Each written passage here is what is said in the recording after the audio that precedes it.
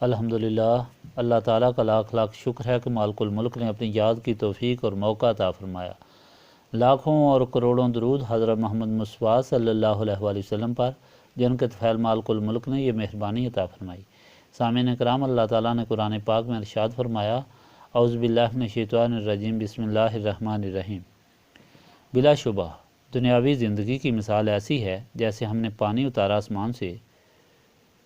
سو گھنی ہو کر اگی پانی کے باعث سبزی زمین کی، جس سے انسان بھی کھاتے ہیں اور حیوان بھی، یہاں تک کہ جب لے لیا زمین نے اپنا سنگار اور خوب آراستہ ہو گئی اور یقین کر لیا اس کے مالکوں نے کہ انہوں نے قابو پا لیا ہے اس پر، آ پڑا اس پر ہمارا حکم رات یا دن کے وقت، پس ہم نے کاٹ کر رکھ دیا اسے، گویا وہ کل یہاں تھی ہی نہیں۔ یوں ہی ہم وضاحت سے بیان کرتے ہیں اپنی نشانیوں کو اس قوم اور لوگوں کے لیے جو فکر و غور کرتی ہیں ہماری نشانیوں میں، اور اللہ تعالیٰ بلاتا ہے سلامتی کے گھر کی طرف، اور جسے چاہتا ہے سیدھے راستے کی طرف ہدایت دیتا ہے۔ ان کے لیے جنہوں نے نیک عمل کیے نیک جزا ہے، بلکہ اس سے بھی زیادہ، اور نہ پائے گا ان کے چہروں پر غبار اور نہ ذلت۔ یہی لوگ جنتی ہیں، وہ اس میں ہمیشہ رہیں گے، اور جنہوں نے برے کام کیے تو برائی کی سزا اسی جیسی ہوگی، اور چھا رہی ہوگی ان پر ذلت۔ نہیں ہوگا ان کے لیے کوئی اللہ تعالیٰ سے بچانے والا، کوئی ڈھانپ دیے گئے ہیں ان کے چہرے کالی رات کے کسی ٹکڑے سے۔ یہی لوگ دوزخی ہیں، اور وہ اس میں ہمیشہ رہیں گے۔ جس روز ہم جمع کریں گے ان سب کو، پھر ہم حکم دیں گے مشرکوں کو، اپنی اپنی جگہ پر ٹھہر جاؤ، تم اور تمہارے جھوٹے معبود۔ پھر ہم منقطع کر دیں گے ان کے تعلقات، تو کہیں گے ان کے معبود کہ تم تو ہماری عبادت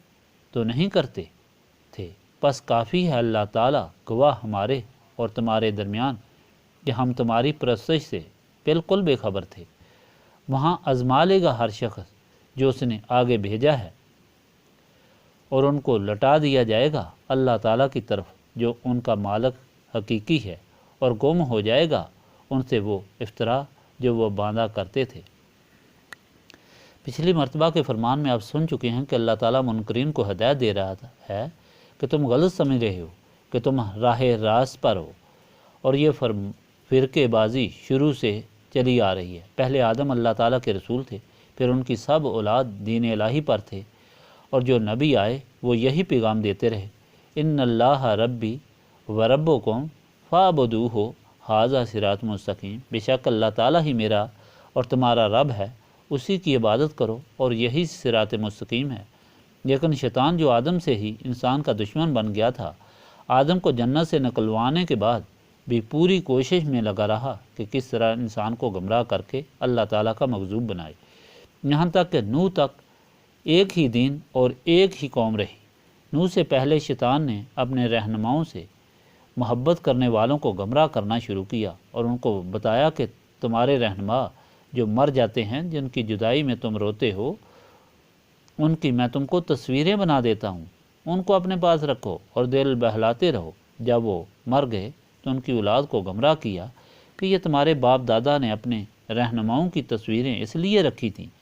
کہ یہ ان کی پرستش کیا کرتے تھے، تو انہوں نے پھر ان کے بت بنا کر پوجنا شروع کیا اور انہیں خدا بنا دیا۔ ایسا پھر حضرت نوح کو اللہ تعالیٰ نے ان کی ہدایت کے لیے بھیجا، مگر وہ نہ مانے، جس پر طوفان الہی نے سب کو غرق کر دیا۔ پھر نوح کے بیٹے ود سے عقیدت اور محبت رکھنا شروع کی، جو نیک اور صالح تھا، وہ مر گیا تو لوگ اس کی محبت میں روتے رہے اور اس کی قبر پر ہی بیٹھے رہے۔ آخر پھر شیطان نے ان کو ود کی تصویر بنا دی کہ جاؤ اسے اپنے گھر لے جاؤ، وہاں ہی اس کی یاد اور دیدار سے دل بہلاتے رہو۔ تو اس طرح پھر بت پرستی شروع ہو گئی۔ مکہ معظمہ سے عمرو شام گیا تو اس نے یہ چاہت دیکھی تو وہاں سے عقیق کا ایک بت ہیکل نامی لے آیا اور کعبہ شریف میں نصب کر دیا، اور لوگوں کو اس کی پرستش پر ڈال دیا، اور لوگ گمراہ ہوتے چلے گئے۔ پھر نبی پاک صلی اللہ علیہ وآلہ وسلم ان کی ہدایت کے لیے آخری رسول صلی اللہ علیہ وآلہ وسلم کی حیثیت سے تشریف لائے، مگر شیطان زدہ لوگوں نے مخالفت کی ان پر عذاب الہی قحط کی شکل میں نازل ہوا۔ پھر انہوں نے وعدہ کیا کہ اگر ان کی تکلیف دور ہو جائے تو وہ راہ راست پر آ جائیں گے، مگر جو ہی ان کی تکلیف دور ہوئی وہ اسی طرح گمراہ ہو گئے۔ پھر اللہ تعالیٰ نے یہ ہدایت فرمائی کہ ان کی اس گمراہی سے اللہ تعالیٰ کا کوئی نقصان نہیں، بلکہ وہ اپنی تباہی کو دعوت دے رہے ہیں۔ ہر انسان پر 2 فرشتے مقرر ہیں جو ہر ایک کا عمل لکھتے ہیں، اور آخر یوم محشر میں جب سب کو جمع کیا جائے گا تو ہر ایک کو اس کے اعمال دکھا کر اس کے مطابق اس کو سزا یا جزا دی جائے گی۔ آج کا فرمان الہی زندگی کی حقیقت بیان کر رہا ہے کہ جس دنیا میں غافل ہو کر اللہ تعالیٰ کو بھولے ہوئے ہیں تو اس کی حقیقت صرف اتنی ہے کہ جس طرح بارش برستی ہے، زمین میں فصل اگتی ہے، پھر زمین پھلوں اور پھولوں اور سبزی سے آراستہ ہوتی ہے،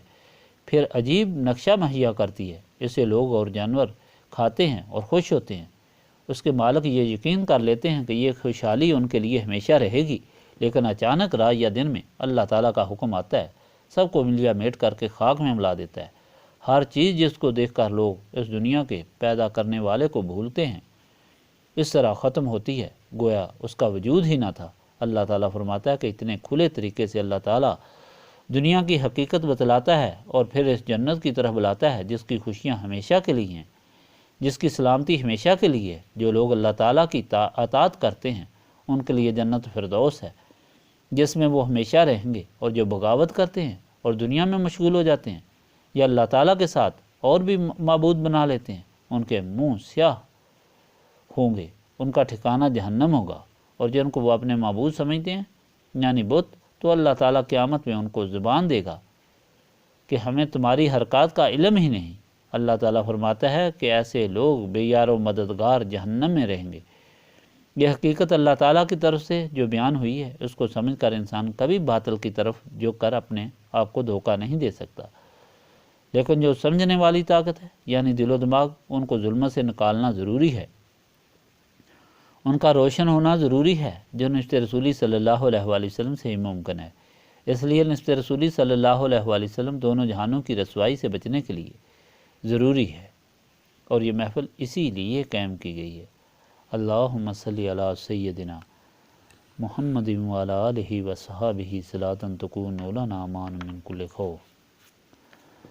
لا الہ الا انت سبحانک انی کنت من الظالمین۔ ربنا آتنا فی الدنیا حسنۃ وفی الآخرۃ حسنۃ وقنا عذاب النار۔